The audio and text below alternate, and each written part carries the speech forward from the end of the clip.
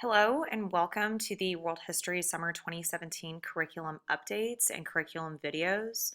I am Jillian Innes. I teach AP World History and on-level World History at Lebanon Trail. If you have any questions, confusion, or need clarification from this video, please feel free to shoot me an email and I'd be more than happy to help you out because I know some of it can be confusing. The rest of our world history this summer curriculum writing team included Eric Davis from Independence High School, Kim Snyder from Centennial High School, and then of course myself. Feel free to contact any of us if you have any sort of questions or concerns or need any more information over what we discuss in the following videos. So the reason that we created these videos is for all teachers in our district, regardless of your years of experience. We created these in the hopes that it would aid a better understanding of your world history content, your writing within the classroom, how state curriculum new to our districts. So I am the first video, which is an overview of the summer 2017. This goes through our DPQ writes.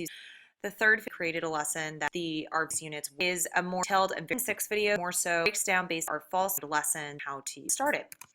So I'm going to go ahead and start off with our basic curriculum updates. I'm going to go ahead and start off with our power standards. So if you go, of course, world history here in scope and sequence and forethought and eduphoria, I click on power standards, I go here, and then you will click on this and it'll download, and I've already downloaded them. So what we did last summer is we did a rough draft of our power standards and just kind of created them.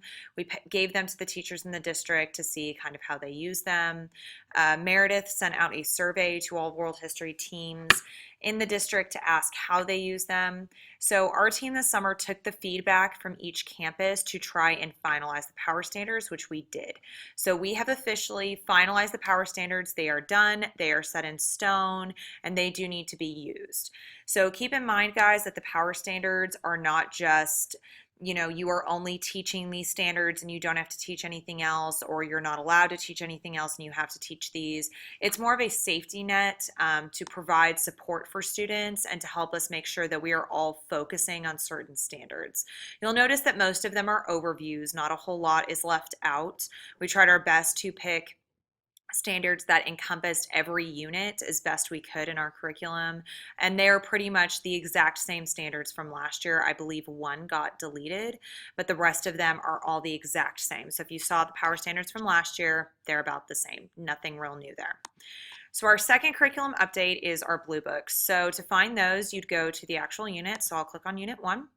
I'll go to the unit overview, and then you will see here that our unit overview pops up. So this is the exact same unit overview that will appear in the blue books that Meredith will pass out to you, or has already passed out to you in August.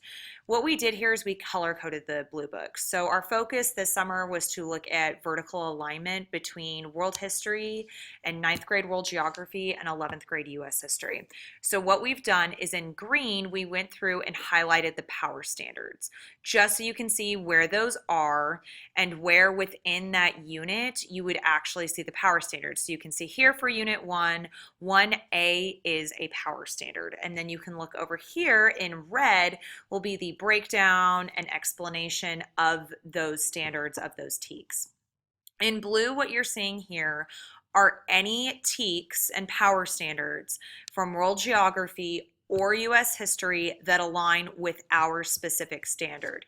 So you'll see here what we realized is for our TEK 1 and TEK 2, we saw that world geography's TEK 5 matched up to it to an extent. They're certainly not in any way exactly the same, but we went through and find any that we thought could be applicable. So of course, if you see the WG, that is a world geography standard. A US is of course a junior US history standard.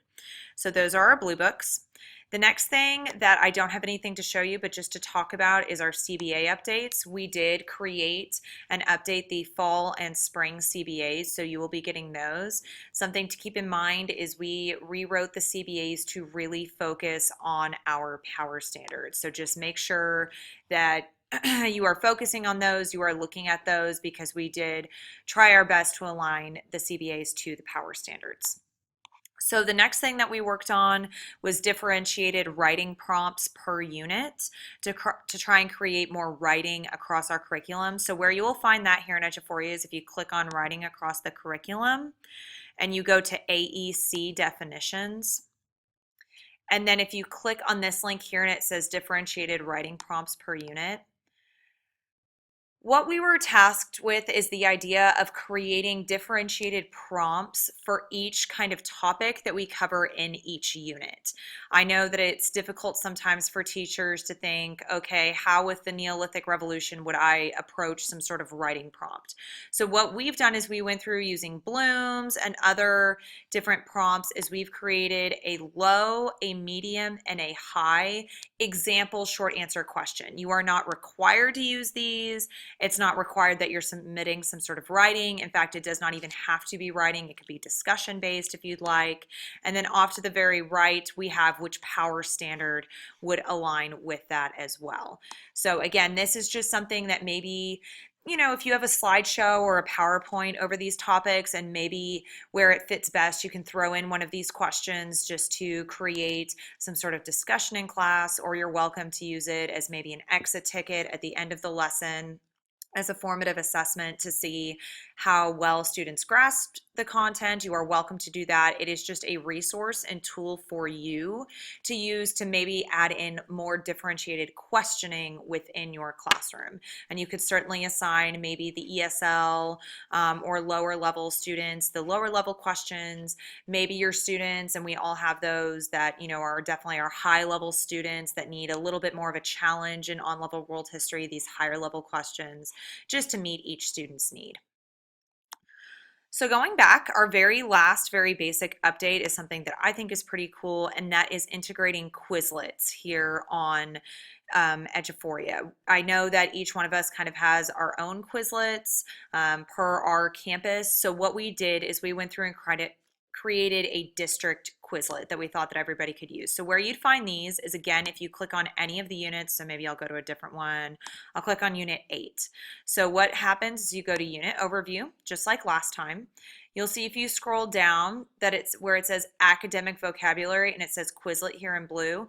This is a live link, so you click on it and it's going to come up with FISD Social Studies account, and it's going to come up with the actual Quizlet that we created. So what we did is these words are not anything new. We created this Quizlet based off of this academic vocabulary. So you will not see the non-academic vocabulary, just the academic vocabulary. What we wanted to get across is that if you are struggling to create maybe vocab quizzes, or you need your vocab quizzes pared down or more focused, we created this more focused list of kind of the words that you at the minimum need to be focusing on. So what's cool is we went through, of course, we have the definition, and what we did this year is we added in a picture, which we thought was great, especially a great use for our ESL kiddos or our special education kiddos who need those sort of visuals, or, you know, really any students. Sometimes our vocab is so challenging that they need a picture, that now you have a picture that kind of gives them some sort of visual for that word. So a great way you can use this, of course, is that you are welcome to use these Quizlets. What we did, at least at Centennial last year, is we integrated and embedded the Quizlets on our Learning Hub, so the students for each unit could go in and can see the Quizlet with the picture, help them not only to study for their vocabulary quiz, but just for the tests and assignments in class in general. So you will find each Quizlet, of course, going to the unit overview, whichever unit it is, and you will see it, whoops, right there, academic vocabulary and Quizlets. So feel free to embed them onto your Learning Hub, to upload them to your Learning Hub, so that way your students can use them. So thanks.